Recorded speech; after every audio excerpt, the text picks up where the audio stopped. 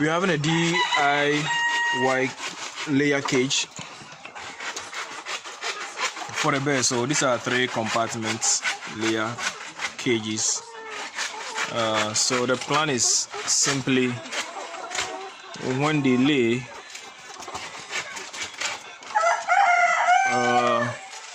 they get in the they lay, and then the eggs roll down to this side. So in picking the eggs, you just raise this one up like this, and then you pick your eggs. After that, you just close it. So you cover this one with some sacks to prevent them from soiling the place.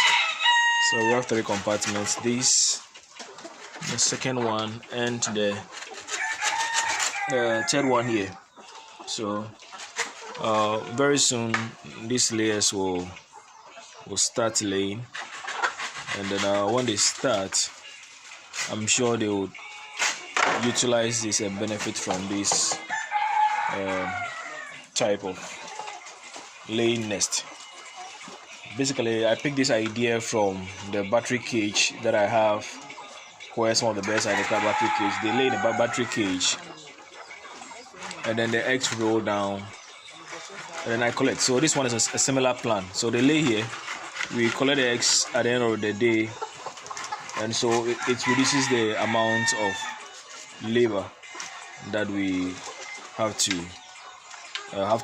come to collect the eggs all the time. At least this type of laying nest helps us to reduce the labor intensive. So it's something that you can adopt on your farm if you have a farm, especially for bears that are on the deep litter system. Instead of having to go in every time to pick the eggs because you are afraid the layers are going to crack their eggs, you can use this type of laying nest. Even you don't necessarily have to do it in 3 levels. You can just have 1 level if you don't have too many bears, or if you have enough space, you can just spread it along the path and then they can use it. But if you don't have too much space, then you can go up. Then you have three tiers. Then they can use these tiers for their laying. So yes, it's something that you can adopt on your farm.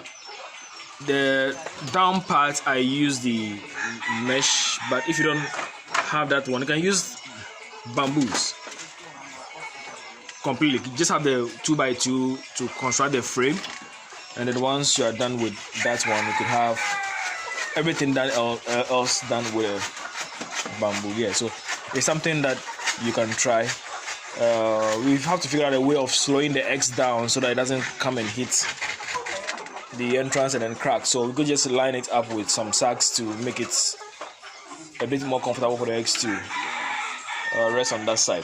Now, one other thing that I wanted to talk about is the feeders that I have. Okay, so typically I don't use the commercial feeders, but I use PVC pipes for my feeders.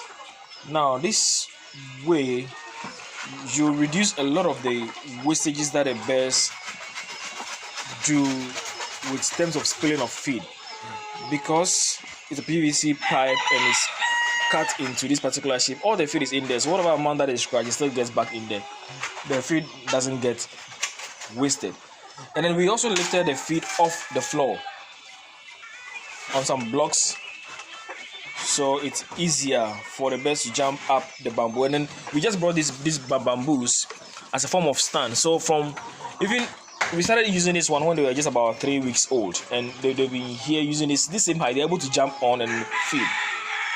So I'm able to save a lot on feeding because my bears do not waste the feed because of the type of feeders that I use. So you can adopt this. It can use it for, I've used this one for so many badges of layers, and that is what I still use. I think it's helpful, and then I'll continue using this one because I'm able to save on the feed. Sometimes I come and I see the bags of feed and I ask myself, why are the bears not eating?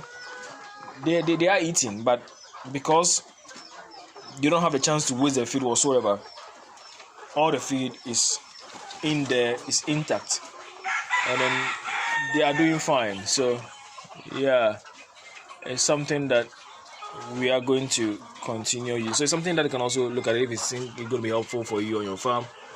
You can adopt it and then use for yourself. So it's not going to be a long video, just for you to have an idea as to what we're doing on our farm. Very soon we'll bring in new batch of layers, and then I'll take you through the process of brooding them also without incurring so much cost in terms of the heating mechanism. And for their drinkers also, I use the same PVC pipes attached to the wall for the drinkers. I also do have some nipple drinkers that they can use. So there's the nipple drinkers and there's also the PVC pipe. I started using the nipple drinkers when they were very young, but when they grew up, I moved into the PVC, and I just had a connection between the PVC and the nipple drinkers. I just switched one of the nipples with this mechanism, so the water just moves straight into the PVC pipes, and I don't have to constantly come and check the water level because I know the water is in the overhead tank over there, and then it just flows in there. So those who want to use the nipple drinks are able to use the nipple drinks, and then those who want to use the PVC pipe, so it's more convenient, it's easier, it makes the work a bit more easier for the staff. So if you are usually not on the farm to monitor things on a daily basis, you can adopt some of these methods to reduce the stress or the risk of the birds not being given enough water because you're not around to check. This mechanism is so simple that with a lot of birds, one person can take care of a lot of birds without much problem, because as long as you have your feed secured, you have your water secured, you don't need to come in on too many times in a day to check to share the water. So it's very important for especially the layers.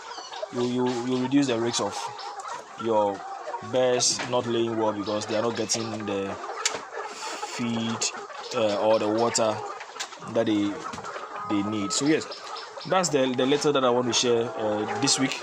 I usually come on the farm once in a week because I have very strong guys on the field who are doing the job, so they are really helping the farm. So so that's a little bit. Very soon these layers are going to start laying. Hopefully from next week you have one or two of them that will start dropping, and then we're going to pick up some eggs.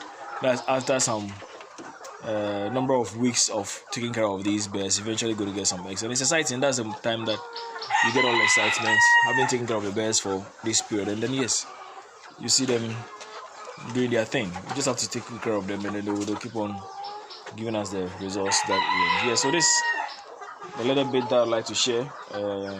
If anyone has any queries or questions regarding how I take care of my deals till they mature, the kind of feeders and drinkers, if you want to get a bit more details, I can share that with you. Can put some questions there if you have, so we could address this since last time goes on. Okay guys, thanks. We'll see you again next week.